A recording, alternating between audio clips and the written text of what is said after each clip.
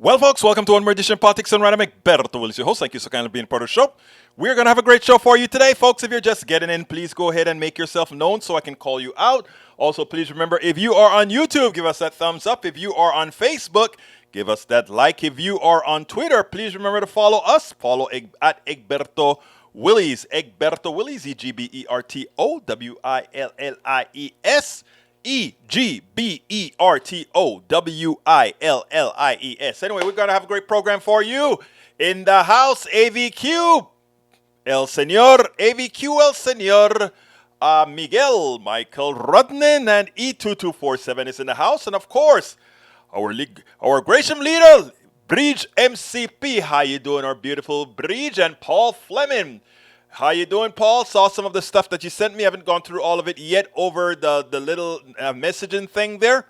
But I did read about that one with the person bringing that lady into that company into mess with the voting machines. Yvette Avery Herod, welcome to Politics Done Right. Yesterday was your day. We celebrated Yvette Avery Herod yesterday for being our union activist. Bridge MCP, how you doing, our beautiful Bridge? And quien más está aquí? Anyhow, let's get started. Michael Rudnin, of course, he started with two long ones, but he only gave two this time, so hey, we could say it's four short ones. Anyhow, let's get busy. I see something coming in. Michael Rudnin says, I see in the right comment. I see stars in the right comment. You do, huh? Okay, I need to take a look to see if I see stars. I don't know how it works yet. They just signed me up for it, but I'm going to see how the stars work when I get to the first video. But give me stars is, I guess, what I'm supposed to tell all of you. Give me stars, people. Give me stars. Necesito estrellas. Necesito estrellas. Okay, let's see what we got here. Going up to the top now, let's see. The Independent UK, a city in New Mexico, has about 20 days of fresh water left. The city is going to try to treat lake water to buy it some time until a long-term solution can be found. Earlier this year, a wildfire scorched the hills around Las Vegas, New Mexico, not to be confused with the gambling mecca in Nevada, torching more than 340,000 acres of land. The fires were allowed up by an unusual wet monsoon season, generally a blessing for the drought-stricken Southwest that washed the charred remains of the fires into the region's water system that has left one of the city's two reservoirs filled with contaminants that are overwhelming its filtration system. It's a frustrating time for the city. The monsoon rains would have been a blessing for a Southwest town in the summer, but now that water is contaminated, mostly unusable, the risk goes beyond just general contamination. When carbon ash reacts with high levels of chlorine, which is required for sanitation, the water can be, carcinogenic. Didn't know that. Now, with only 20 days of fresh water remaining, the city is banking on a gamble. It hopes to draw water from a nearby lake and pre-treat it for household use until more permanent solution can be found. This is no easy task. It takes time to test the water, and before the city can even begin tackling the logistic of distribution, it must first determine the right combination and amount of chemicals needed to make the lake water potable. Our nation's water systems are so out of date that any stress can break them. Now we got to deal with mostly Republican politicians who continue to block infrastructure investment, while the mega drought in the Southwest caused by global warming makes such a task even more difficult. Meantime, progressives continue to talk about crumbling infrastructure and hope to get votes, then funding to properly address these problems before we have so many more climate refugees. I tell you something else that I just told you. Notice the way you read it. You read about the contaminants and all of that. A friend of mine is doing a whole lot of block walking, and she said a lot of people that she's walking into are saying things like, it doesn't matter. We don't make a difference. What I told her, she's coming across people that have never been solid voters before, and that's what they think. And I told her that what she has to do is get to these people in a form that they understand, something that's going to affect them today, and let them know that if they make sure that Republicans are not elected, these problems can be solved. And this is not a partisan issue. This is just a fact. We'll talk about water in Jackson soon. That's one of the topics of discussion today. But what I told her is you have to tell them Republicans are killing you. Let's look at the water problem that you just described in that New Mexico City. Lack of infrastructure spending, lack of investment in monies into that system makes it that they have no alternatives. Right? So if you don't have water, you die. So we just take out the middle person. The GOP's policies are killing you or making your life unbearable. Do something about it. You have the power to do something about it. You know what? They want life to be so unbearable. Well, I'm going to go into that in the other segment because I want you to understand the reason why it is in the Republicans' interest to make life as painful as possible for you. There's a reason behind the madness. There is a reason behind the madness, and I'll explain later on. Second item from El Señor Rodnan says, Citizens for Ethics. Judge removes Griffin from office for engaging in the January 6th insurrection. A New Mexico judge ordered Otero County Commissioner Corey Griffin be removed from office, effective immediately, ruling that the attack on the Capitol was an insurrection and that Griffin's participation in it disqualified him under Section 3 of the 14th Amendment. The decision marks the first time since 1869 that a court has disqualified a public official under Section 3 and the first time that the court has ruled the events of January 6, 2021 an insurrection. Section 3 of the 14th Amendment, also known as the Disqualification Clause, bars any person from holding federal or state office who took an oath to support the Constitution of the United States and an officer of any state and then engaged in insurrection or rebellion or gave aid or comfort to insurrectionists, which most Republicans did. Politicians, that is. Crew President Noah Buckler said, this is a historic win for accountability for the January 6th insurrection and the efforts to disrupt the peaceful transfer of power in the United States of America. Protecting American democracy means ensuring these who violate their oaths to the Constitution are held responsible.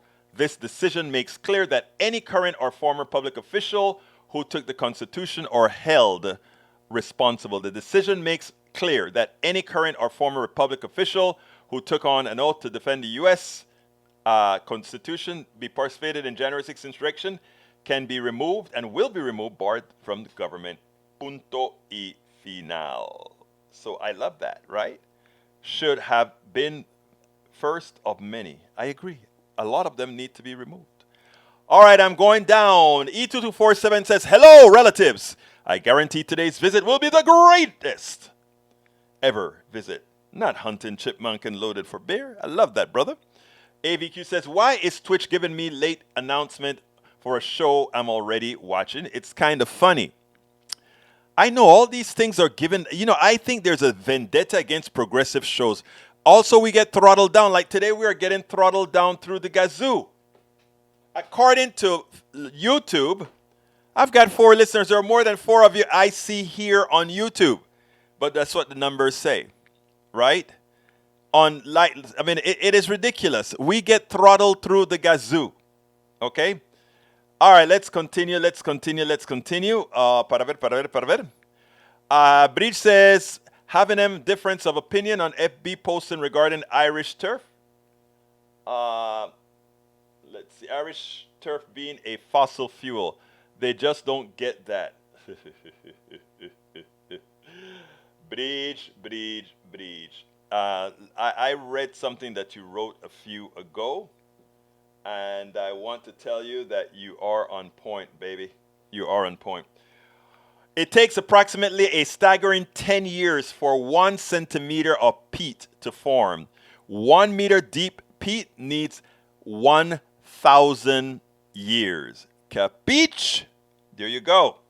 Thank you, Breach, for informing, for letting folks know what things are about. All right, let's go down to 2247. It says, today is the first time any judge, federal state judge, has found and labeled the June 6th attack an insurrection. That's what we spoke of before. And E2247 said, Cowie, we read that one already. Let's continue striking down. Alistair is in the house. Alistair Waters, how you doing, my dear beautiful lady? She is on mobile. It's next to the emoticon. Melanie Keelan from Barcelona, Spain. Barcelona, España is in the house. Macaronin says, Facebook doesn't give away stars for usage and engagement as most games systems do. Consider we are products. That might be a mistake on Facebook's part. Toss the peons a few cents every day. I love that. Matters. Let's see. This matters because folks should take from it that there is hope for accountability. Yes, I agree. All right. Let's see what else we have here before we get into the video of the day.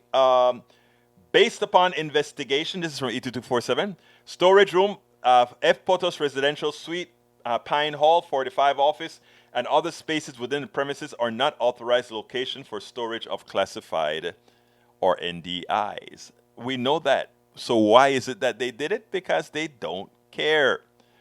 Bridge MCP says, bought stars, where are they? I don't know. I get Bridge, figure it out for us and then teach everybody else. Because, we need you, Bridge. We need your compassion. We need your teachings, Bridge. So find out for us and then let everybody know. All right. Roberto Davenport says, greetings to all progressives. And Bree says, so I guess the stars I bought don't show up anywhere. They should. All right. Michael Rudnan says, you want real changes so that we have a government that prioritizes the needs of the people? Vote progressives in the primaries. Meantime, establishment Democrats uphold the status quo while Republican policies literally kills you through the opposition to living wages, universal health care, and environmental protections. Well, you know what? I'm going to give my friend this paragraph. That's a perfect paragraph, Michael, because that is how we get the changes. You're right about that. I like that paragraph because it's concise. It's concise. It tells you what you do initially and then how you move thereafter. Very good job, Senor Rudnin. All right, but where are they? Egberto Willis, do you see stars like a carton around your head? I am looking, Bridge. Let's see. I'm looking at our page to see if I see stars anywhere. I don't. But Bridge, all I'm going to say is help me figure it out. That's all I'm going to say, Bridge. You're the wing person. All right. Lee Grant says, hey to progressives, semi-fascists, and everyone in between. You see, that is what we are all about, Lee Grant. We're all about inclusivity of everyone. So here's what we do. Hey, Rudnin, help figure it out for us, man. We need to figure it out so I can tell people how to do the star thing. Like I said, they just sprung this on me. I clicked on the buttons to sign up, and then that's all. I don't have any other information. Anyway, here's the deal. I want to touch on something here that I just read from. Who did I just read it from? Because it's important. We're going to the two subjects at hand today, but somebody said something here that tickled me. It's Lee Grant, brother Lee Grant. My daughter and I, we went to, I want to get her out of the house and all of that. So, she's starting to acclimate again. It's hard when you completely live on your own. Sorry I'm late. Did you mention Barbara A. Enrich passing? Bruce, I saw your email. I haven't gotten to it. I wanted to do the research on it because I didn't know who she was. I'll be honest with you. I don't lie. So maybe you could give us a little mention about her inside of the link, and then I'll also look it up. Maybe I know her and just can't recall the name. Put it in there, and I promise you that I'll go ahead and figure it out. But anyhow, I went to Starbucks today. Ashley and I, we sat down in Starbucks, and there was this guy sitting next to me.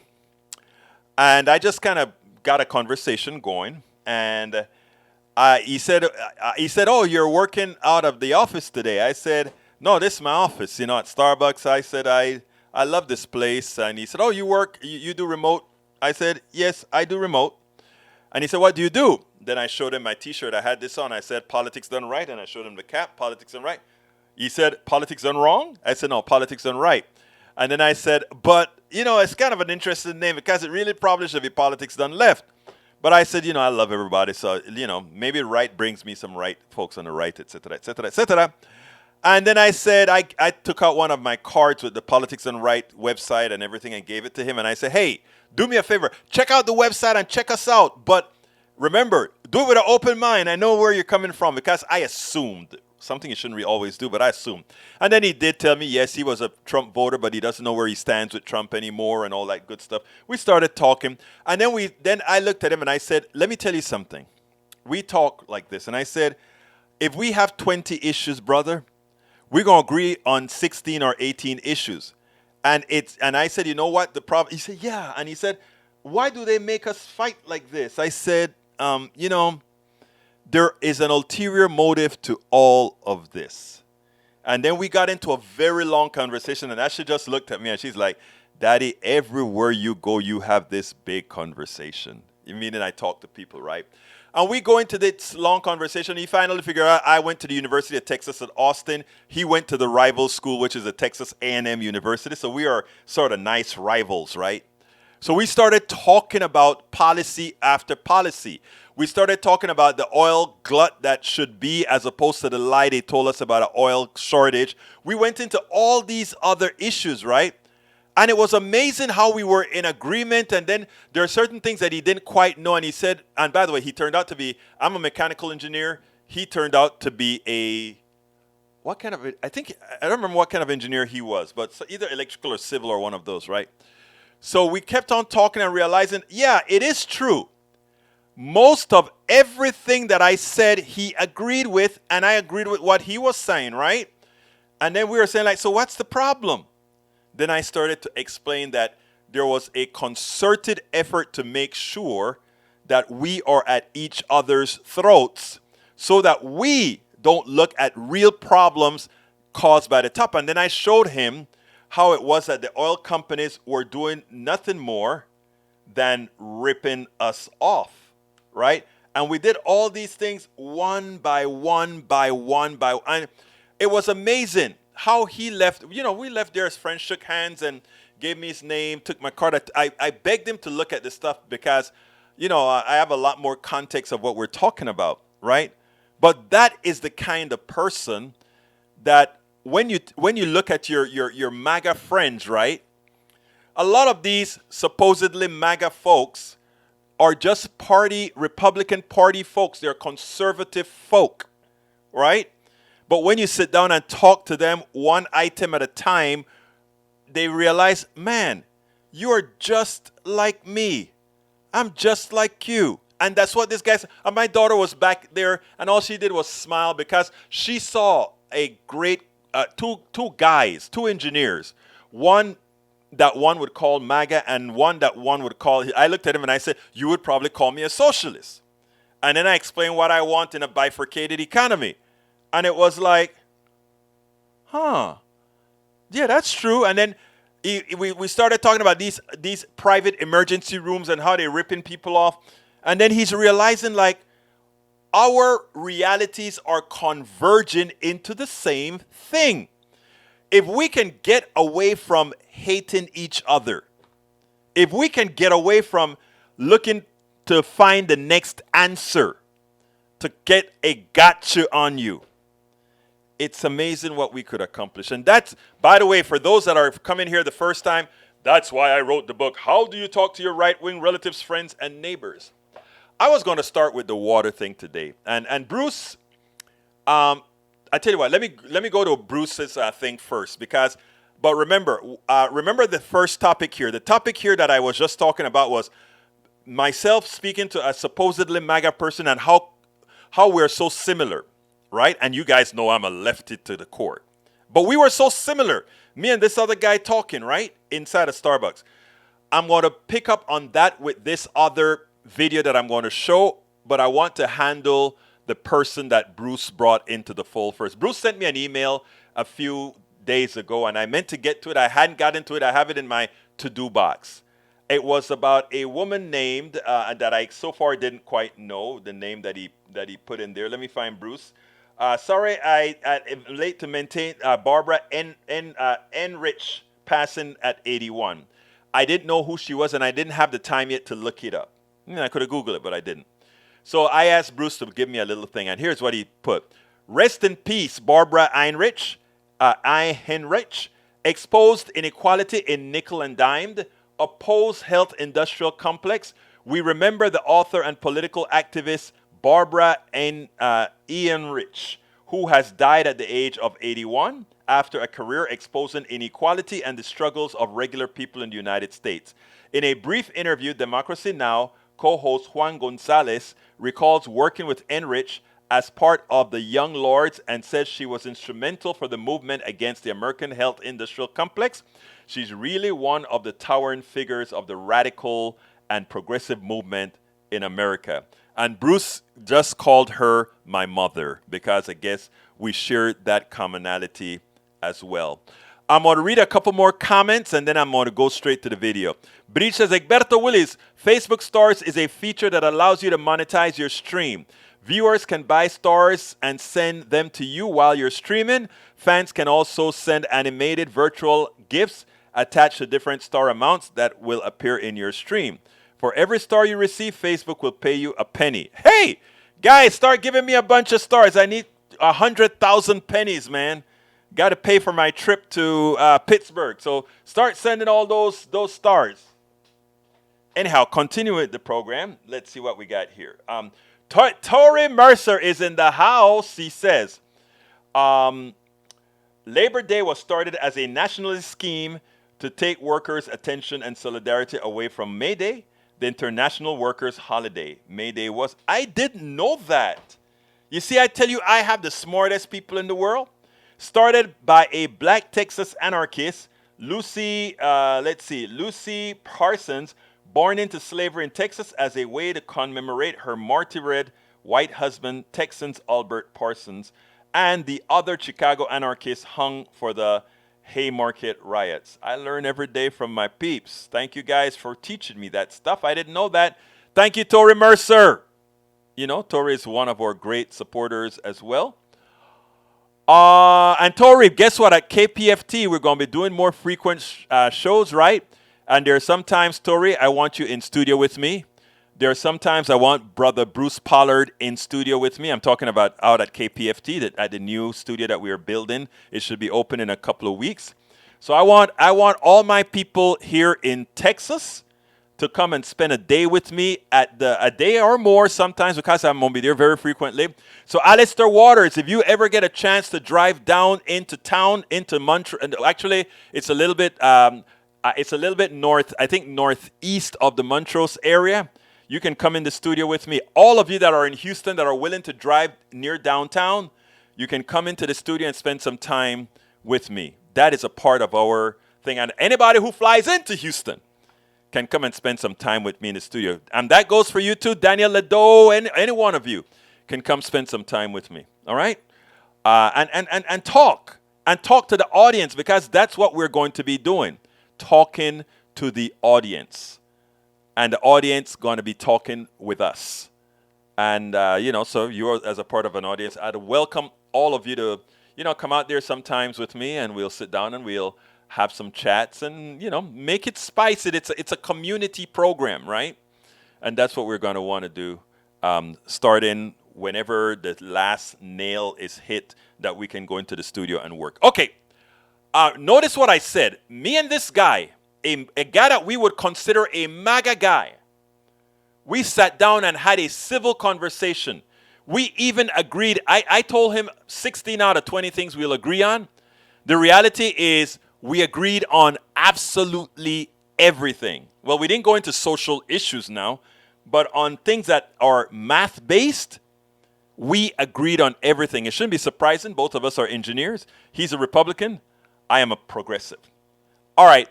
I want you to listen to this because this got me very, very upset when I listened to it on MSNBC last night.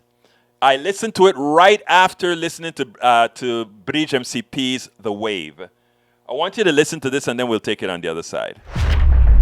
Last night I did a whole lot of blogging, but most importantly, I watched two programs. The first one was the wave. I think it was one of our most premier supporters, Bridge MCP, said, "Egberto, you have to watch this. Watch this. It's about fascism." And it was about how a teacher converted a kids into Hitler-type loving people without much effort. But the second one I watched was The Civil War. It's a documentary on CNN that I've watched before, but this must be a segment that I missed. I want to play this segment, but before I play the segment, I want to preface something. I want you to look at that guy from the context of how entitled he felt for himself. I want you to also note how the disregard that he has for humanity. And I say humanity except for who he is. I want you to listen to that in detail. This is one segment that got me so irate at his tonality, his tone, and his way of thinking that I couldn't continue blogging on a specific issue. Because listen to this piece, and when we're done, we'll come back on the other side. Because one has to understand that these guys have got to be made irrelevant very, very, very soon. Check this out. James McGill, he settled this farm almost 200 years ago, and I felt like I followed in his footsteps. My wife raised the children. All I ever did was work. Of course, now the federal government took my farm, so I had it financed with federal government Farmers Home Administration. They wouldn't redo my loans. During the war and Reconstruction, people in the South lost everything. Well, I can empathize with them. It made me mad, and I could understand why they were mad. And it's been 150 years, and these people are still mad in the South about it. It is wrong for the federal government to dictate to the states what they should or should not do. Ever since the war, no one's property has been secured. There's a lot of talk of reparations for slaves. My great-great-grandfather, Abraham Lincoln, emancipated the slaves. He didn't get paid for the war to prevent Southern independence. Changed our country for the worse. Do you think the war changed the country for the worse?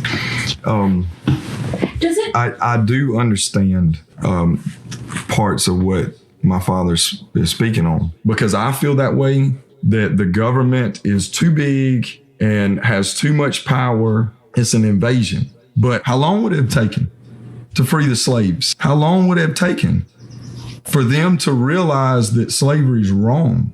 Do you think slavery left an imprint on the mindset of people in America? I'm saying the war left more of an imprint. That's my personal opinion. For black and white? Yes. So you feel like the war itself was bigger aggression than slavery? Yes. It feels like you're dismissing the experience of millions of enslaved people. It feels like you're not seeing what they experienced at the hands of the people who were enslaving them. I mean, how is treating people as property not a greater horror? Well, my feelings was that it was legal. It was a settled way of order. They had laws that they had to live up to, enforced on them, and treat them like civilly. I don't hate James McGill, but I just want our schools and universities to stop teaching our children to hate our Southern ancestors. They don't deserve that. Now, the entitlement that this guy feels, I want to get on something technical first. You notice he's pissed off because he got a loan from the federal government, and evidently he was not that good of a farmer, because evidently he defaulted on the loan and lost the land that his forefathers stole from somebody else, right? So, I mean, he wasn't a darn good farmer, even having lived on stolen land and stolen land that he all but got for free, and he couldn't do something with it. And we have black farmers all over this country. Couldn't get loans from the federal government, had to do their own farming without any one of these loans to make them better farmers. But he got it. He was of the right hue to get it. Now, then the belief that they have a reason to be angry because somebody is taking their property. Now they are living on land that was stolen from indigenous people. They are living on lands that they've signed treaty with people to say, hey, if you give us this land, we won't blow your head off, and then we'll leave you alone in these other places. And then after that, we break the treaties and we come and take the land anyway. These are the people who are living on these lands as big farms and ranches across Mississippi and Texas, etc., etc., etc. And they feel that somehow somebody is doing them such a huge wrong because they took something away from them without thinking that they took something away from somebody else. And then the kicker here, when they ask, do you feel that the Civil War was about slavery, the slave aggression? Yes. And then he says, but they're talking about wanting reparations. Nobody gave my great granddaddy anything when they took his property away. Human beings, slaves, when they took his property, nobody gave him reparation. The inhumanity, the evil within this guy, even the son understood it. The son said, I don't like big government, all of that. The standard Republican Southern methodologies, right? But then he said, how long would they have taken for these guys to realize that slavery is wrong, that holding another human being in bondage is wrong? How long would it have taken these Southern folks, including my daddy? People, we have to extricate. These guys, a guy like that never changes. He feels entitled to his superiority. He tries to hold on to by force. That's what he feels. I am superior. Therefore, the indigenous folks that I stole their land for, I earned it. And anybody trying to take it back or take some back and give it back, we have reasons to be mad. We have reasons to be upset. And you see those slave guys? Oh, no. Nobody, no reparations for them, because after all, nobody gave my granddaddy reparations. And look at me. I'm a lousy farmer who, because of my hue, should have been just fine. But nobody they didn't give me that handout that I deserved. We have to extricate that thought process. We have to make guys like him irrelevant. Good. I listened to the son, and I listened to what the son was saying between the lines. And that should give us all hope. Because while the son is following the conservative ideology, even the son acknowledges the evil within his daddy. How long would it have taken you to understand that slavery is wrong? Extricate, make these guys irrelevant, and never back down. Never give them the benefit of the doubt. Too many progressives are trying to give folks like this the benefit of the doubt. None. That guy was evil incarnate. That is what evil incarnate looks like. That he showed no empathy when you said, wait a minute. What about the slaves who were owned, who were whipped, who were made just property? We treated them civilly. There were laws that says you had to treat them civilly, and what the heck are they, cattle? And for those people who justify, anybody who justify an animal like we just listened to, a Neanderthal like we just listened to, a person without a heart, a deplorable like we just listened to, anybody that does not, I don't get like this with folks, but that guy is evil incarnate. To him it was like, oh, nothing there, just, how you will kill a cow to eat, or a rabbit to eat, or a squirrel. To him, that's what the slaves represent. Nothing but a piece of property that, oh, well, if it goes bad, it goes bad. That these aren't human living beings with a soul, living beings with feelings, living beings that says, I love my kids, living beings that are just as human, just as the same thought processes you have, the same feelings you have, the same feelings of care. Oh, no, I'm sorry. You have neither feelings nor empathy. So I'm sorry, you're right. You're not a white supremacist. You're just an evil being without a soul. We've got to get this right. When, I had seen this documentary before. I had not seen that segment before. Michael Ronen said, Egberto, a lack of the ability to empathize with others might be viewed by some as evil. Just understand that most conservatives only care about their in-groups and to hell with everyone else. That is the limit in their psychology. And you know what is amazing though, Michael? When I have conversations with people, like the guy I conversed with today, he does have feelings for others, but he's a Republican, right? And that is where I want progressives and others to make that distinction. My good friend, my brother, Norman Reynolds, who I don't see here today, he would give me hell for trying to reach these folks. What I try to tell him is there is a percentage of these folks that it is all about just being a Republican or a conservative, because that is a cultural thing. I can reach those people because they have a heart like everybody else. But then there is incarnate evil, like this guy that we just saw represents. That is incarnate evil. When we talk about deplorable, that is a deplorable. That is unchanging. He is one of those that cannot change because he was wired that way permanently. That's how and even the son, you could see the disgust in the son. You could see the embarrassment in the son. And you could see the son, no son wants to go against daddy. So you put the precursor in there, even though I can understand some of what my father is saying. What would it have taken them to understand that slavery is evil, that slavery is wrong?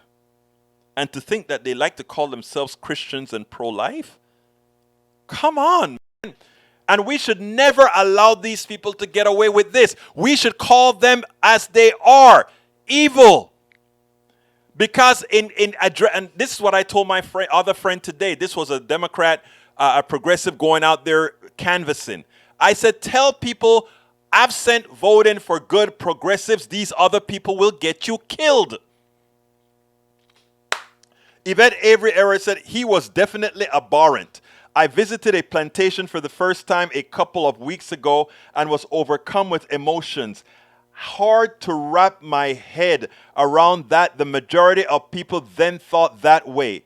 And I want to make a little correction there. I think, Yvette, I find that we have to be careful. The Bridge MCP made me watch a program called The Wave. Bridge, please put that link in the feed. I want everybody to look at The Wave.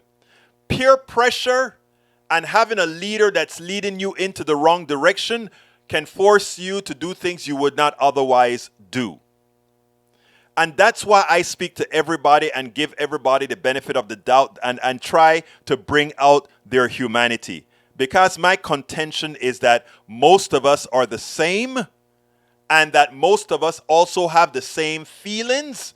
Most of us have the same care. Most of us have the same fears. And in having those fears, we would do things that we otherwise wouldn't do because others have framed it in such a manner that that is what we're supposed to do.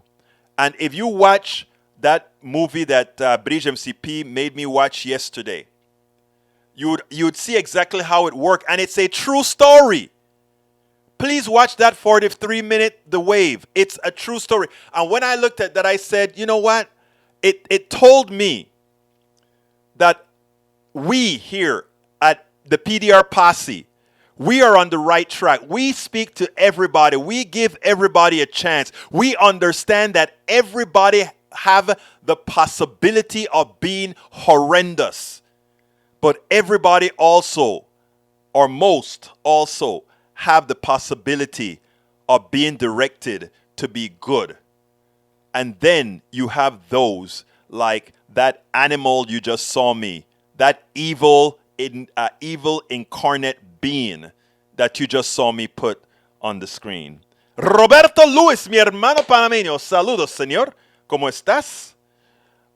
So therefore, thank you for putting that in there, Bridge MCP. Let me see if there are anything else I need to run up in the reading here before I go to the next subject at hand. But before we get there, I need to do my ask, folks. Please remember. Please support the show. Please go to politicsdoneright.com. Well, let me go ahead and play this first. Politics Done Right depends on you to keep doing what we do. What do? We make sure to keep, number one, the internet seeded with blogs and information to counter the right and to present what progressives represent for the benefit of us all to everybody so that it's not misread, misled by any other entity. We make sure and populate that internet with blogs, with videos, with all these other things to make sure that we are informed and to counter everything that you normally hear that are lying at the right. We also make sure to create articles in magazines, articles in newspapers all around the country to ensure, again, that our message gets out there. Last but not least, we also write books. As you see it, Class Warfare, the only resort to right-wing doom, How to Make America Utopia, are two of the many books that I've written on these issues. So please support us in one of many ways. Numero uno, you can support us at PayPal, either one time or monthly. Go to politicsdoneright.com/PayPal. You can support us on Patreon. That is politicsdoneright.com/Patreon. Patreon is spelled Patreon. You can support us by becoming a part of our YouTube channel, going to politicsdoneright.com/YouTube, or you can support us in many other forms that you can find at politicsdoneright.com/support. Be sure to visit our store, politicsdoneright.com/store, and get our books at politicsdoneright.com/books. Politics Done Right.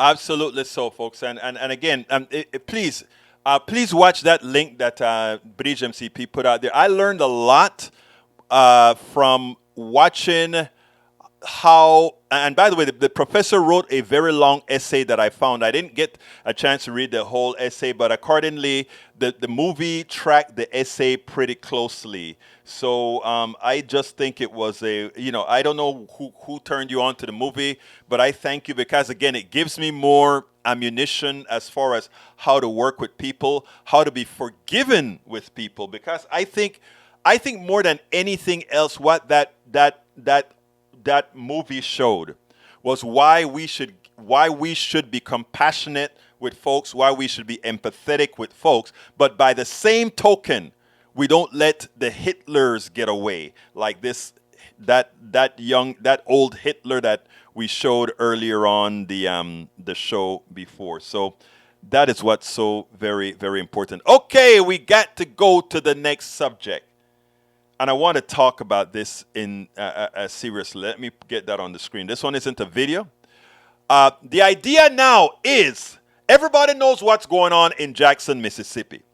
Jackson, Mississippi has bad water. Why do they have bad water? Because their infrastructure for cleaning the water and their infrastructure for delivering the water is old, dilapidated, and the maintenance is terrible because of lack of money. So the idea is different mayors have been year after year, even as their tax base fell, because the people that earn more in general, higher income white people, which made up a large portion of the population, and higher income black folks all left the city.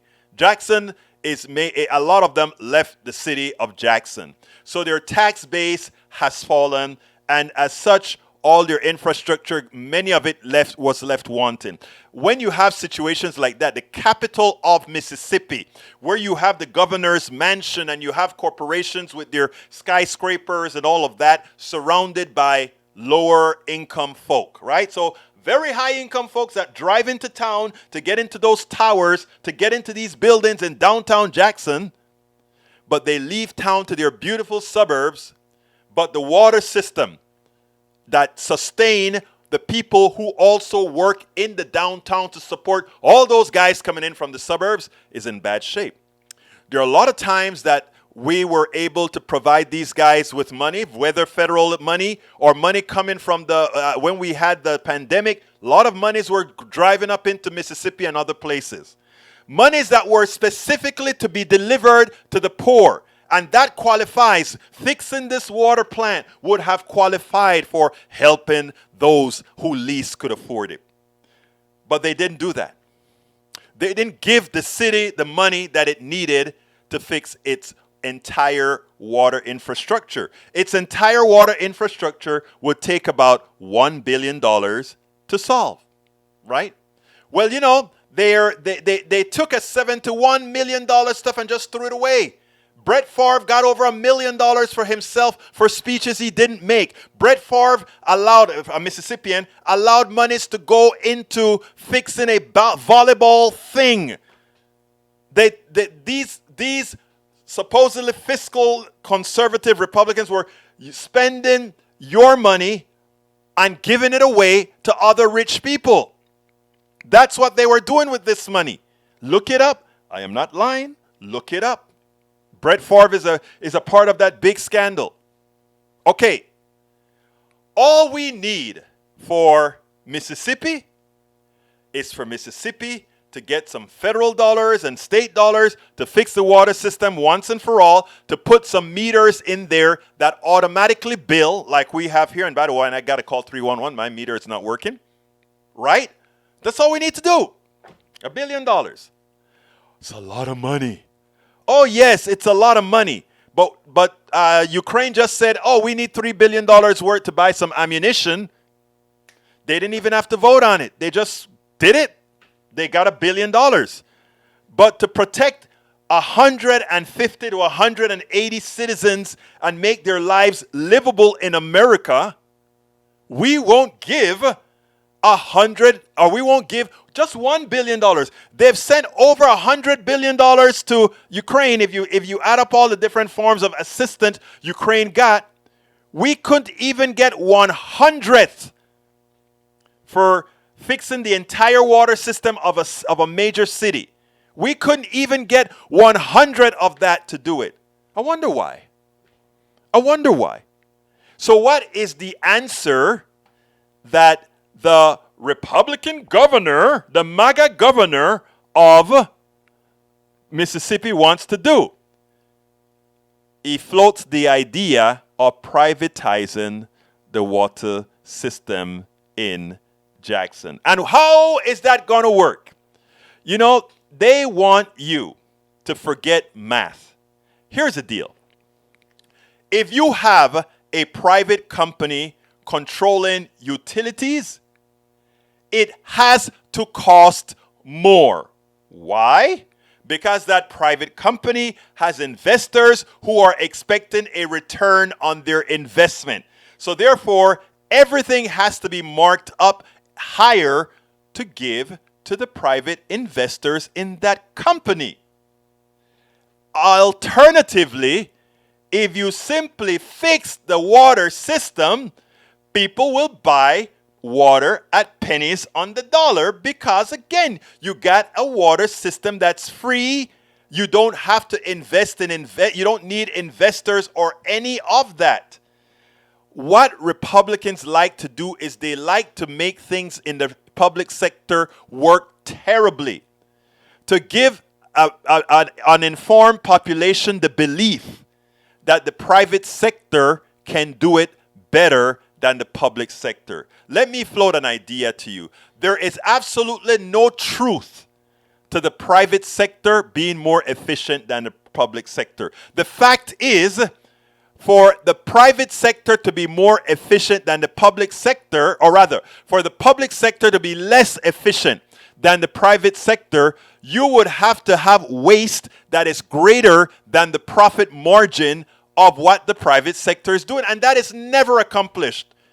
Medicare has a 3% overhead. The private sector has anywhere between 18 and 30% overhead to get you healthcare, which means if we got rid of the private sector out of healthcare, we would have an immediate increase in 30% of, in other words, if you spend $100 billion, $30 billion go to waste. Now we only waste $3 billion in administrative fees, and a lot more people can get taken care of. It has always been a lie that the private sector is more efficient than the public sector. It was inculcated in your mind so that you would find reason to do that. Every time a European country has moved their transport system from public to private, it has cost people more. And again, it's just basic math. The people who invest in the private sector want a return on their monies. That profit, that return on investment is an expense to the American people. So don't buy it. We should never allow our utilities to be privatized. In fact, that we have electrical companies that are private. You know, most countries are lit by, you know, Pan Edison or all of that should be nationalized.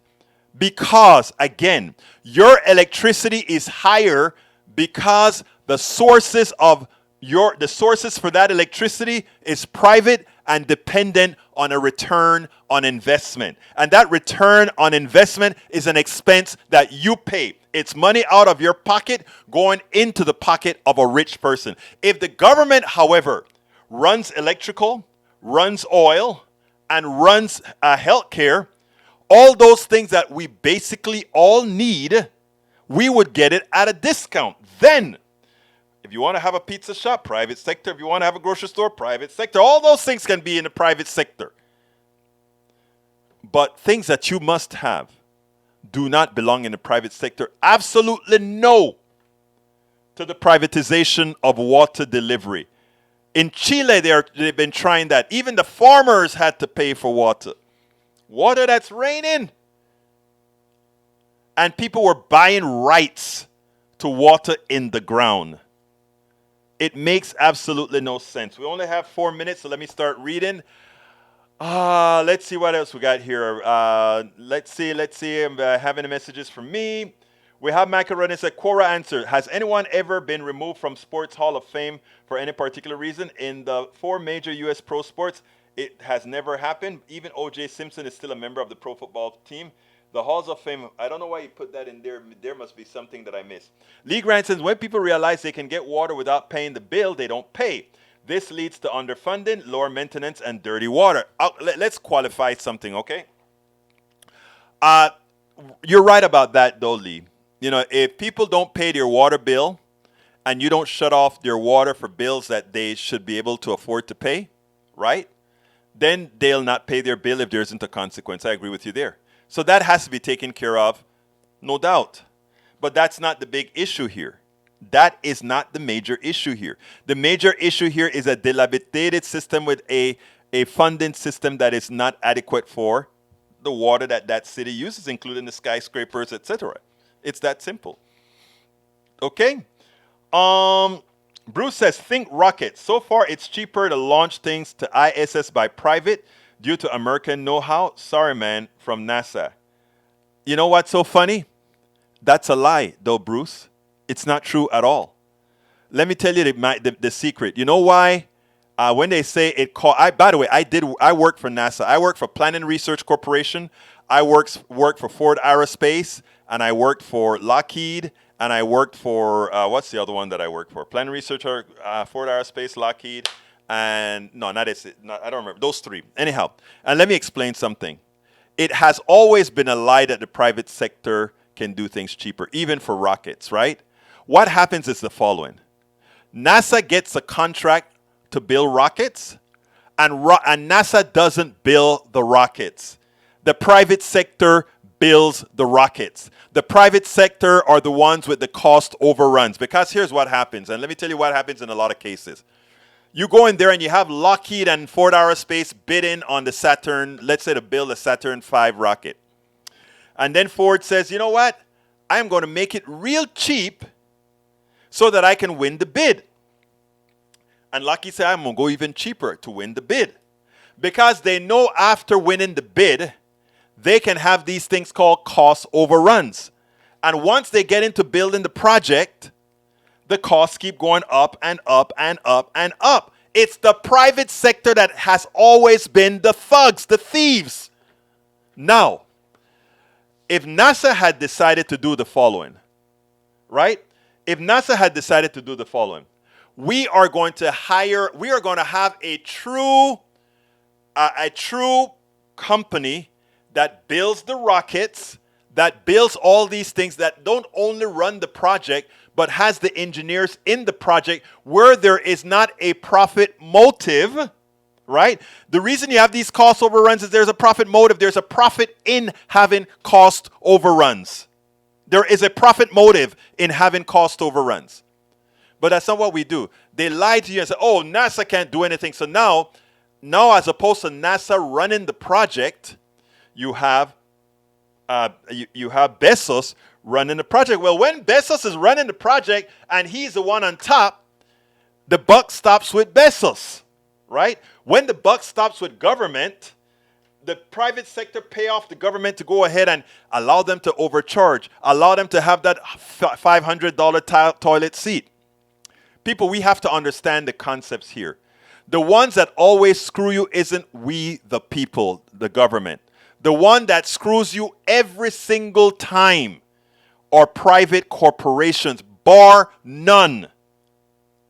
Private corporations always has to maximize profits for their shareholders. In doing so, they go as far as they can. Steal, rob, do whatever they must do legally. And where it's not legal, they make sure that laws are passed to make it legal. Folks, please don't drink the Kool-Aid. Just remember basic math. Profit, whenever we the people are paying for it, is an expense. I repeat, when we the people are paying for it, as opposed to building it ourselves, profit for the shareholders becomes an expense. We can go into that further. It's 4 o'clock. My name is Egberto Willies. This is Politics Done Right. And you guys know how I end this baby. I am what? Out! We spend a lot of time deconstructing the news, trying to parse it into a form that everybody can understand. We try to find those little nitpicks where it flies above the fray, etc. If you really like these videos that we do, I want to ask a big favor. Please go ahead, number one, subscribe to our channel, and number two, please join if you can. Thank you so kindly for watching. Keep watching. Please remember to share. We must populate the entire internet with our progressive message, a message that we know is what most Americans say that they want. So help us, please join.